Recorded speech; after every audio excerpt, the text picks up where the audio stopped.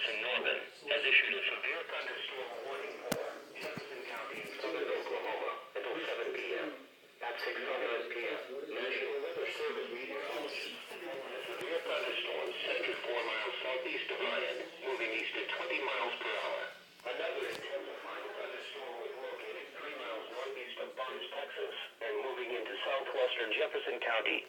Hazards in the warning include destructive winds in excess of 70 miles per hour, large hail up to ping pong ball size. Locations impacted include Loretta, Ringling, Land, Turtle, Cornish, Abington, Sugden, Oscar, Grady, and Petersburg. Move inside a sturdy building until the storm has passed. Severe thunderstorms can produce tornadoes with no warning.